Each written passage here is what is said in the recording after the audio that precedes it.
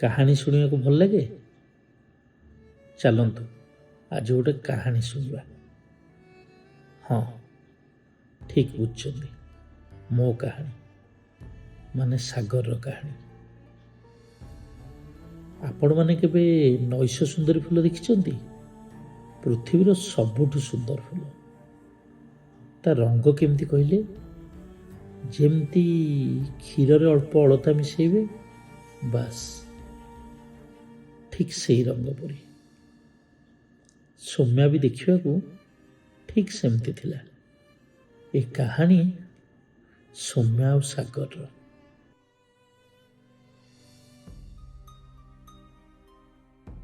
ଆଜିକୁ ପ୍ରାୟ 5 ବର୍ଷ ହେଇଯିବ ଯେବେ ସୌମ୍ୟା ସହ ଲାଷ୍ଟ ଥର କଥା ହେଇଥିଲି। ଏଇ 5 ବର୍ଷ ଭିତରେ କୋଉ 5000 ଥର ଭୁଲିବାକୁ ଚେଷ୍ଟା କରିଛି, କିନ୍ତୁ ପାରିଲିନି। ସେ ସେଲ୍ଫ ଡ୍ରାଇଭ୍ ବାଲା କାର ଯେଉଁ ଦୁଇଟା ଯିବାର ଥିଲା ଯାଇଛି ତ? ଆଚ୍ଛା, ହଁ Sanjay. Some people move on, some just stay and love forever. ସେଦିନ ବି ଗୋଟେ ନର୍ମାଲ ଡେ ଥିଲା। ମୁଁ ସବୁଦିନ ଭଳି ଅଫିସରେ ନିଜକୁ କାମରେ ବିଜି ରଖିବାକୁ ଗୋଟେ ବିଫଳ ଚେଷ୍ଟା କରୁଥିଲି। ମଣିଷ ତା ଅଜାଣତରେ ବେଳେବେଳେ ଭୁଲ କରିଦେଇ ବସେ। ସେମିତି କିଛି ଥିଲା ସେଦିନ। ବୋଧେ ମୋତେ ସେ ଫୋନ୍ କଲ୍ ଉଠେଇବାର ନଥିଲା। ରେଗୁଲାର କଷ୍ଟମର ପୁଣି ପେସେଣ୍ଟ, ଏପଟେ ଷ୍ଟାଫର ଫ୍ୟାମିଲି ଏମର୍ଜେନ୍ସି।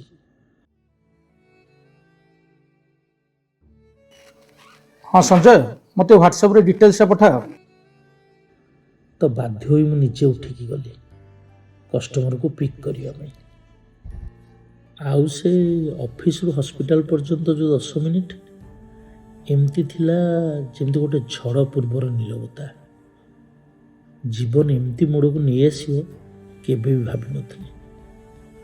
ହଁ, ମୁଁ ତାକୁ ଦେଖିଲି। କାହାକୁ? ସୌମ୍ୟାକୁ।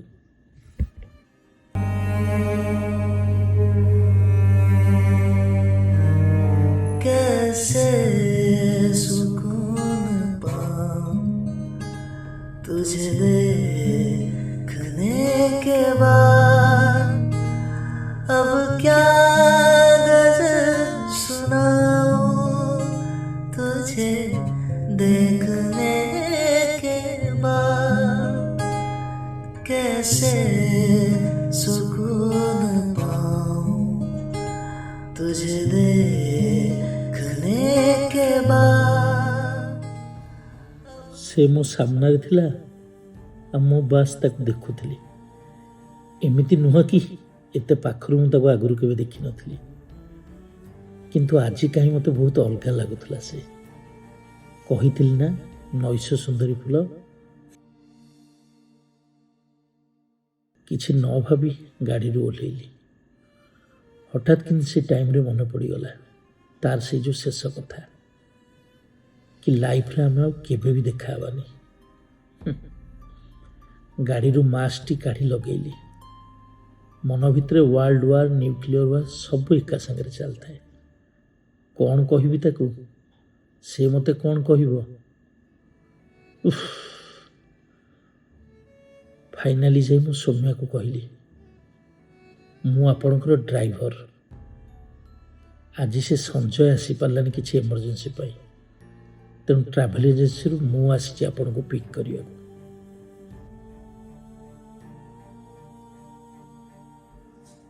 ଫାଇନାଲି ଆମେ 2 ଜଣ ଗାଡ଼ି ଭିତରେ ବସିଲୁ। ସୌମ୍ୟା ଆଜି ମୁଁ ଏତେ ପାଖରେ ଥାଏ, ଆଚ୍ଛା, ମୁଁ ତୁମକୁ ଜାଣିଛି କି? ଆଉ କିଛି ପଚାରୁଥାଏ ମଧ୍ୟ, କିନ୍ତୁ ମୋତେ କିଛି ବି ଶୁଭୁନଥାଏ। କିଏ ତାକୁ ବୁଝେଇବ ଏ ଗାଡ଼ି ଚଲାଉଥିବା ମଣିଷ କେତେ ହୋସରେ ଅଛି ଆଉ କେତେ ବେହୋସ। ରାଗ ନୁହେଁ, ଗୋଟେ ଅଭିମାନ ଅଛି ମୋର। ଉତ୍ତର ଦିଅନି, କିନ୍ତୁ ପଚାରୁଛି ମୁଁ, କ'ଣ ସତରେ ମୋତେ ଭୁଲି ଯାଇଛ? ଠିକ୍ ଅଛି, ଆଉ କିଛି କହିବା ଆଗରୁ ଆଚ୍ଛା, ଆଗରେ କୋଉଠି ମେଡିସିନ ଷ୍ଟୋର ଥିବ ଦେଖିକି ଟିକେ ରଖିବ, ମୋତେ ମେଡିସିନ ନେବାର ଅଛି। ସେ ମୋତେ ବଢ଼େଇ ଦେଲା ତା ପ୍ରେସ୍କ୍ରିପ୍ସନ୍। ମୁଁ ବି ସାଇଡ଼୍ କରିକି ଗଲି ତା ପାଇଁ ମେଡ଼ିସିନ ଆଣିବାକୁ।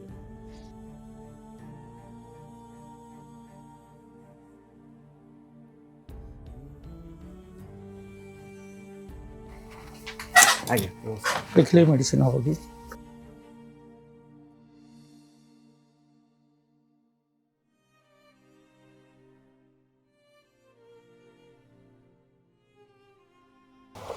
ମ୍ୟାଡ଼ାମ୍ ଆପଣ ମେଡ଼ିସିନ ଆଣିବା ପରେ ମୁଁ ଗୋଟେ ଭିନ୍ନ ମଣିଷ ପାଲଟି ଯାଇଥିଲି। ଧୀରେ ଧୀରେ ମୁଁ ଖୋଜୁଥିବା ପ୍ରଶ୍ନର ଉତ୍ତର ମୋତେ ମିଳୁଥାଏ। ତା ଆଖିରେ ଥିବା ସେ ପ୍ରଶ୍ନ, ଅପେକ୍ଷା, ସେ ନୀରବତା ସବୁ ମୁଁ ବୁଝି ସାରିଥିଲି। ଏତେ ସାରା ମେଡ଼ିସିନ କ'ଣ ହେଇଛି କି? ଆକ୍ଚୁଆଲି ଏଇଟା ଅଲଜାଇମର ଷ୍ଟେଜ୍ 4। ଅଲଜାଇମର ମାନେ ଇଏ ଗୋଟେ ରୋଗ, ମାନେ ନ୍ୟୁରୋ ଡିଜେନେରେଟିଭ ଡିଜର୍ଡର। ଏଥିରେ କ'ଣ ହୁଏ କି ପେସେଣ୍ଟର ଧୀରେ ଧୀରେ ଧୀରେ ଧୀରେ ତାର ପାଷ୍ଟର ଯେତେ କଥା ସବୁ ଭୁଲିଯାଆନ୍ତି।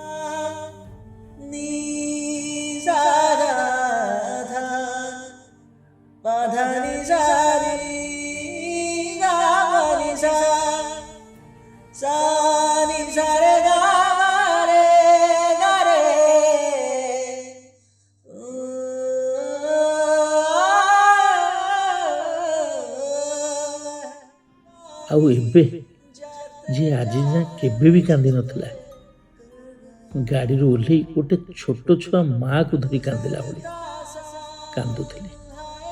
ଆଉ ପ୍ରତି ଲୁହରେ ଅନୁତାପ ଥିଲା ମୋର।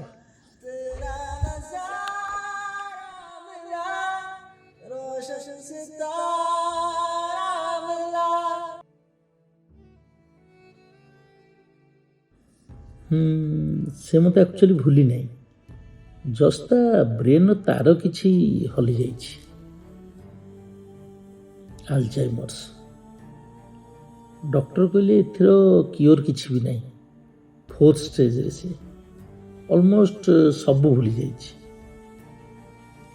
ଏତିକିରେ ସୌମ୍ୟା ହଠାତ୍ କିନି କହିଲା ହାଏ। ହାଏ, ମୁଁ ସୌମ୍ୟା। ଆଉ ମୁଁ କହିଲି ମୁଁ ସାଗର। ସୌମ୍ୟା କହିଲା ମୁଁ ତ ଜାଣିଛି। ମୁଁ ସବୁ ଥୋଡ଼ି ନା ଭୁଲିଛି। ଥ୍ୟାଙ୍କ ୟୁ ଗଡ୍, ଆଟଲିଷ୍ଟ ସେ ଲାଷ୍ଟ 30 ମିନିଟ୍ରୁ ତ ସୌମ୍ୟା ମୋତେ ଭୁଲିନି।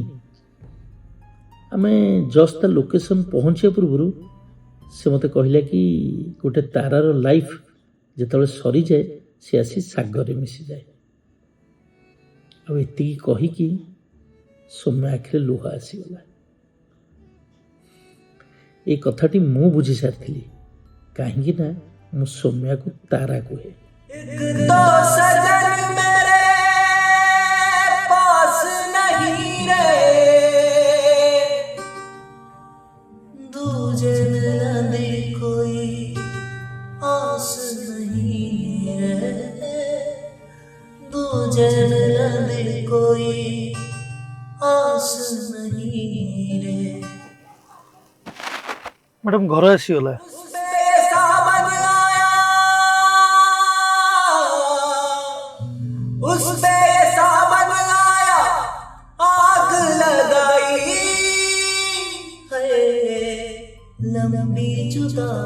ସେଦିନ ମୁଁ ସୌମ୍ୟାକୁ ଛାଡ଼ିବା ପୂର୍ବରୁ 1000 ବାହାନା ଖୋଜିଛି। କେମିତି ତାକୁ ଅଟକେଇ ଦେବି, ଟିକେ ମନ ଭରି ଦେଖିବି, ମନ ଭରି ଗପିବି। ସେଦିନ ଯଦି ମୋ ହାତରେ ଥାନ୍ତା ମୁଁ ସମୟକୁ ଅଟକେଇ ଦେଇଥାନ୍ତି। ଛାଡ଼, ସେ ତ ଏବେ ଆଉ କାହାର ହେଇସାରିଛି।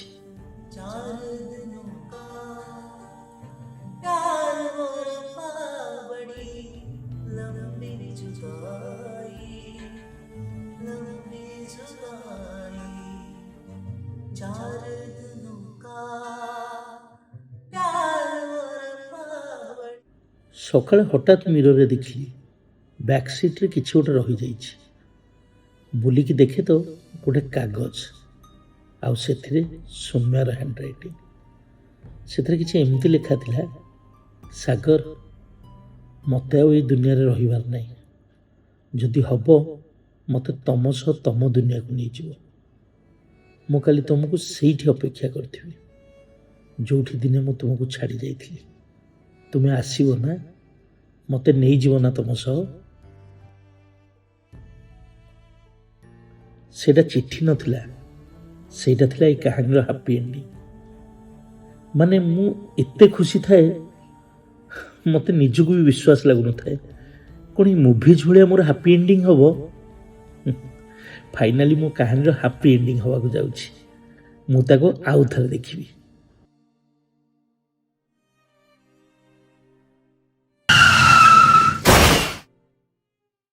ସୌମ୍ୟା, ଶୀଘ୍ର ଆସ। ମୁଁ ଅପେକ୍ଷା କରିଛି ଯେ ଆମ ଦୁନିଆରେ ସେଠି କେବଳ ତମେ ଆଉ ମୁଁ।